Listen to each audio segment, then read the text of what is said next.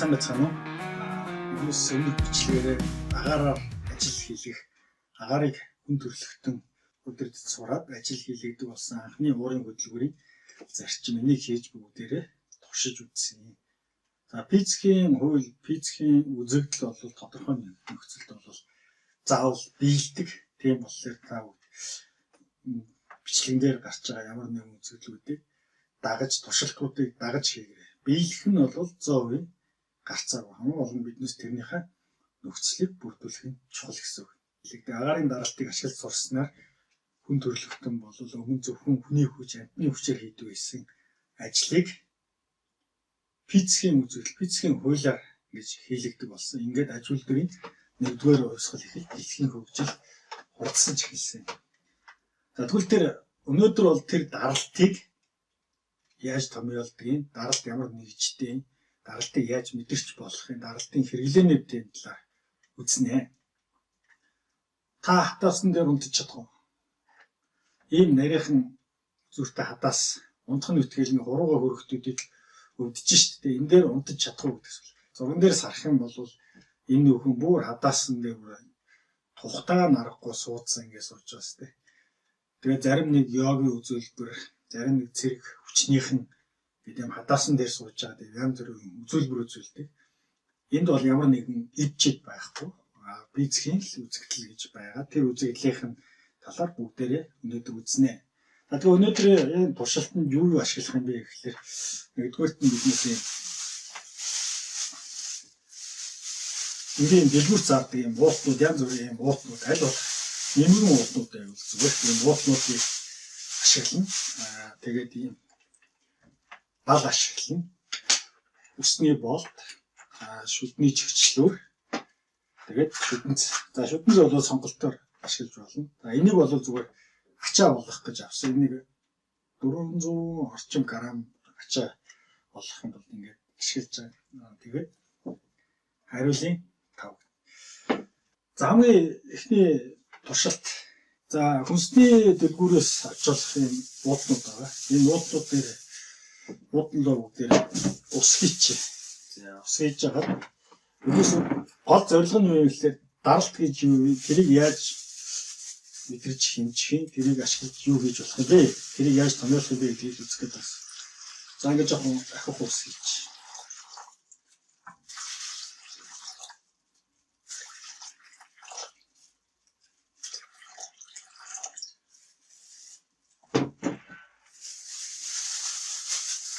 За ингээд савтаа ус маань ингээд байж байна. Савтаа ус нь чигчлүүрээр хатгаад үзье. Сорох уу яах уу гэдэг асуудал тийм. Тэгэхээр хадаасан дээр суух уу, суухгүй юу гэдгийг шийдэж байгаа цаал ярьсан. За тэгэхээр чигчлүүр мэдээж ингээд чигчлүүрийг энэ тавьж байгаа. Ингэх юм бол энэ маань яах вэ? Цоороод орчихно. За цоороод энэ хадаас чигчлүүрээ авах юм бол ус нь гойж эхэлнэ. За энд шүдэн ашиглаж болно. Шүдэн ашиглаж байгаа тохиолдолд усаа жоох ахиухан хийчих хэрэгтэй. Шүднэс нь үзүүрч ямар гэдэг вэ? Арай бүдүүн баг учраас. Тэгээд шүдэнс хийх юм бол ингээд нэг шүдэнс нэг чигчлүүр авах юм бол ингээд цоороод ус нь гоож байгаа.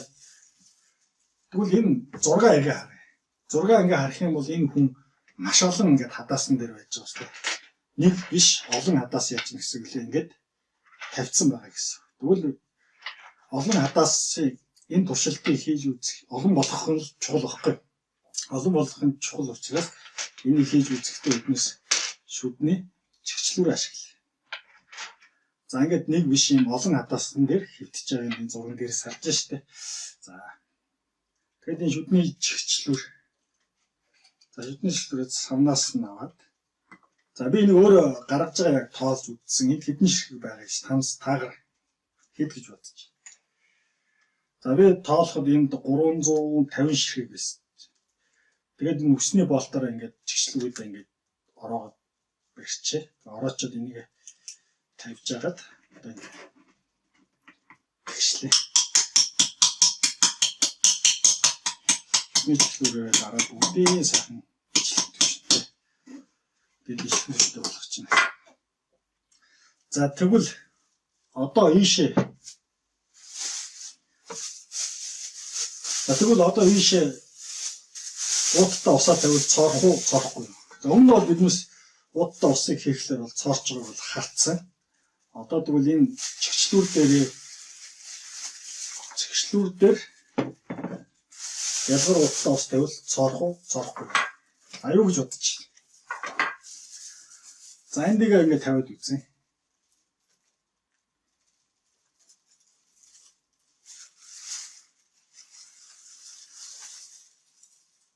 Олон чигчлүүр болохоор цоорхоо ядж байгаа лээ. Болчихж байгаа гэсэн. Тэрүүнтэй ажиллахнаар олон хадаас байх юм бол хүнлэг байхгүй лээ. Зоогдохгүй. Тэгээд энэ хадаасны тоо, чигчлүүрийн тоо нэмэгдэхлээр ямар физик хэмжигдэхүүн өөрчлөгдөд байгаа. Энэ бол даралт. Тэгээд бүгдээрээ даралт гэдэг физик хэмжигдэхүүн юу юунаас хамаардгийг яаж тодорхойлж болохыг үзье. За даралт бол хүний амьдралд, хүний бие эрхтэнд маш их нөлөөтэй.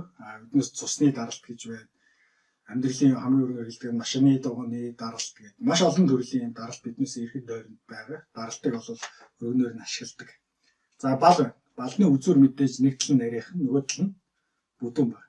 Нарийнхан талаар ингээ гарлуугаа хатах юм. Их өвдөж байгаа. Өвдөнтэй. Бүдүүн талаар нь хатах юм. Өвдөхгүй гэсэн. Тэгээд энэ ялгаа юу гэхээр нарийн буюу нарийн талаар нь хатгахлаар их өвдөн гэдэг нь даралт нь ихтэй. Бүдүүн талаар нь хатгах юм бол даралт нь бага учраас бага өвдөн гэсэн. Тэгээд ачаага жиг болох үүднээс бүгдээрээ ачаа болох үүднээс энэ усаа хүчийг болоод биднээс ингээд янз янзын гараараа дараад өөр гэж бодвол за тэгээд энэ дээр ингээд балан автах ингэж барьж агаад тэгээд энэ болгоомжтой гэрээ. За энэ ачаа найл болох хөнгөн байвал зүгээр. Хүүхдүүд хийж үзэж байгаа юм чинь бол ачаа найл болох баг зүгээр нэг аяг ус мус чинь байвал зүгээр. За ингээд энэ ачаа ингээд тавихлаар энэ дээр бол их өвдөн гэдэг нь даралтыг үзүүлээ. Их байна л гэсэн. За дараа нь ингээд тавьчих. Ингээд энэ ачаагаа тавь. Тэгэхээр одоо бол энэ бол яахгүй лээ. Өвдөхгүй байна гэдэг нь даралт нь бага гэсэн. Тэгээд даралт хоёр өмнөөс хамаарч байгаа. Нэгдүгээрт энэ ачаа буюу хүч. Хоёрдугаарт нь энэний талбай. Нарийнхан бол талбай нь бага, бүдүүн бол талбай нь их гэсэн. Талбай нь ихсээд байх юм бол бага өвдөж байгаа гэдэг чинь даралт нь яд гэсэн. Буурна. Талбай нь багасаад байх юм бол даралт нь ихсэн гэсэн. Тэгээд энийг одоо томьёолоод бичье. За энэ самны жинг биднээс F үсгээр тэмдэглэе. Энэ балны талбайг S үсгээр тэмдэглэе. Тэгээд даралт P гэдэг нь F-ийг хуваах нь S гэсэн. За ингээд энэ бол даралтны томьёо. Ингээд томьёо болгоцсны дараа тооцоо хийх нь бол математикийн асуудал болно гэсэн. Математик асуудал энэ томьёог биднээс цээжлэх ердөөсөө шаардлагагүй. Энийг бол хаанаас ч хайгаад үзэж болно. Хамгийн гол нь энэ томьёод нэгдүгээрт нь ойлгох хэрэгтэй, хоёрдугаарт нь хэрэгэл сурах хэрэгтэй гэсэн. Ойлгох, хэрэглэх гэсэн.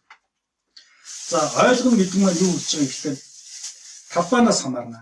Талбайнаас хамаарат байгааг нь яаж мэдж байгаа гэхээр энэ олон шүдний чигчлүүр гэдэг чинь сая энэ томьёон дээр тавиад үзье. Нэг шүдний чигчлүүрийг эндээс нэг суглаад авчи. Нэг шүдний хоёр сугарчлаа. Нэг шүдний чигчлүүр гэдэг маань юу гэсэн үг вэ? Талбайг нэг ч гээд үзчих. Тэгвэл энд хэд байгаа вэ? Энэ сая 4 унтсан гэдэг чинь 350 гэхэлэр 346 ширхэг байгаа гэсэн. За 346 чигчлүүр дээр энэ усыг тавих юм бол энэ бол цоорохгүй. 350 за 350-аар л яваа. 350 гэдэг чинь юу гэсэн үг гэхлээр энэний даралт нь хувааж байгаа гэсэн үг талбай нь. Талбай нь 350 дахин ихсэн гэдэг нь томьёонд орлуулаад бичих юм бол даралт нь 350 дахин буурч байгаа. Даралт нь 350 дахин буурсан учраас энэ ус маань яг байгаа цоорохгүй байгаа. Яг түүнтэй адилханаар хадаасны тоог нэмээдэй гэсэн. Энэ хадаасны тоог олныг тавиад ихийг нэмэнэ гэдэг чинь талбайг нь хэсгээд. Талбайг нь хэсгээд байхлаа даралт нь буурна. Даралт нь буурчлаар биднээсийг хатгаж өвдөхгүй гэж. За энэ бол ингээд энэ томьёог биднээс ингээд ойлгох нь чухал. Математик физик хоёрын нэг ялгаа нь гэхлээр биднээс нэгж байдаг. физик хэмжигдэхүүнд бүгд нэгжтэй байна. Даралт бол маш олон нэгжтэй байдаг. Атмосфер, мөнгөн усны багна, бар, паскал гэдэг ингээд зөндөө олон нэгжтэй. Энэ нэгжүүд нь хэрэглэнээс хамаарал өөр өөр болохоос биш цаана ердөөсөл нэг л юмыг илэрхийлж байгаа гэсэн. За нэгжнүүдийн нэг жишээ болгоод амьдрал хамгийн өргөн хэрэглэгддэг юм бол хүний цусны даралт харуулна гэж ярьдаг та. За тэр нь юу гэхээр энэ бол одоо бол энийг бол ашиглахгүй байгаа.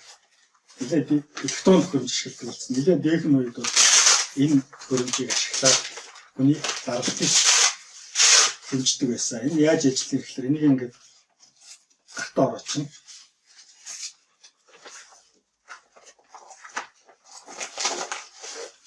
Энийг ингээд гартаа оруулаад энэ хаалтыг хаачин, хаалтыг хаагаад энийг ингээд агааш шахаж байгаа гэсэн. Өөрөөр хэлбэл агааш шахна гэдэг чинь даралтын хэсэг. За энэ нанометр гэдэг багж байгаа. Манометр гэдэг багж. Тэгээд ингээд таас ингээд ихслэр даралт нь ихсэж байгаа чинь. За ингээд зүүн дээшээ аваад даралт нь яагаад байгаа гэсэн үлээ. Ихсэл байна л гэсэн. За тэгээ энэний нэгж нь юу юм гэхээр мөнгөн усны багна гэж байгаа. Хэвийн хүний даралт хэд байх ёстой гэхээр доод даралт нь 80, дээд даралт нь 100 өөр байх ёстой гэсэн. За тэгээ энэ яаж хэмждэг юм бэ гэхээр чагнуураа хийчихнэ. Чагнуураа чихэндээ зүүж агаад судасны цохилтыг ингээд харчдаг гэсэн. Тэгэхээр эннийхээ даралтыг бууруулад байна. Ажуухаа багаар бууруулж байгаа зүрхний цохилт хүн сонсогдоод эхэлнэ. Зүрхний цохилт сонсогдоод ирэх юм бол эхлээ сонсогч байгаа нь бол дээд даралт. Тэр үед энэ манометрийнхаа зүг харчин. Энэ зүг хэдийг зааж чинь тэр бол дээд даралт. Дахиад доошоо явж байгаад 80 орчим дээр цохилно. Тэр нь доод даралт гэсэн. За тэгээд зүгтээ бол тархилуу цусыг шахаж байгаа. Ямар хэмжээний ямар хүчээр цус шахаж байгаа нь бүгдээрээ туршиж үзье. Тэгэхэд бол энийг суглаад авч. Энийг сугалж аваад энэ тайрсан хамраа хийчих. За тэгэд доод даралт 80 гэж байгаа. 80 миллиметр мөнгөн усны багна гэдэг нэг явж байгаа. За 80 яг ингээрхөө гайгүй үлээгээд болчихжээ те. За одоо тэгвэл дээд даралт 100. Энэ 100 хүрэхгүй.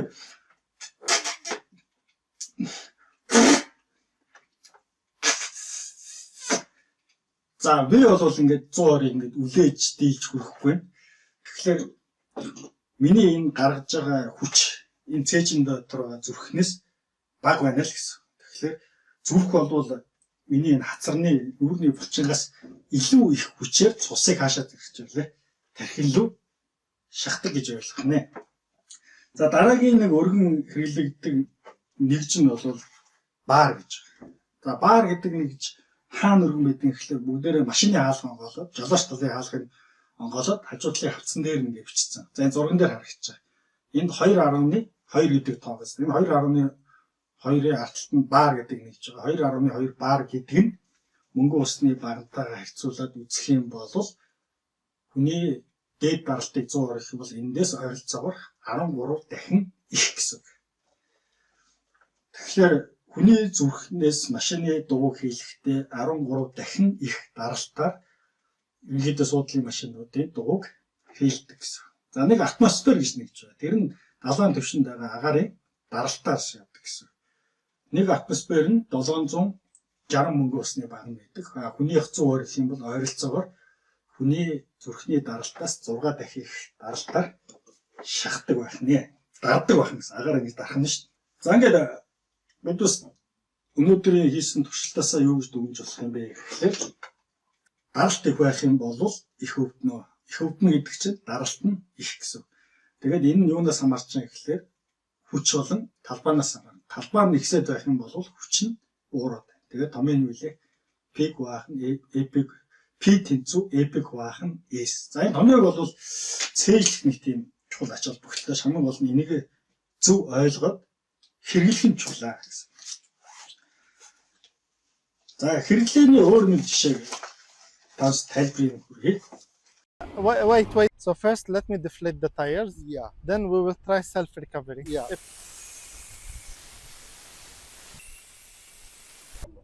For low and Traction. diff lock, right? Diff lock. This one. Yeah. Okay. So what you need to do, as usual, right and left, and drive very slowly as much as you can. Yeah. Wait. Don't give too much. Try to go to the back side, little bit slowly. That's too much high you are giving. You need to little bit slowly. Yeah. Okay. Go ahead. No, not too much. Not too much. Yeah. Stay like this. Okay. Keep straight now. Yeah, keep straight. Yeah, go back. Yeah. Continue. Don't stop. And that's it. Done. So in a situation like this, you need always to go to 10 psi. Then, Yeah.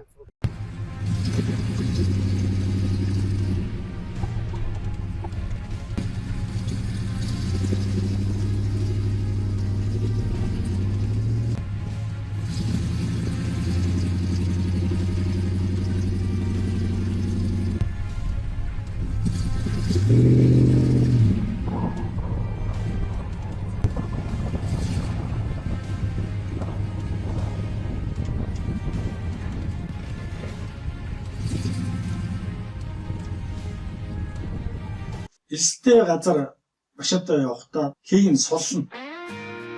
Ууны хийг сулжлаар элстэй газар машин яваа. Эсэн цуухаа билээ яваад байна.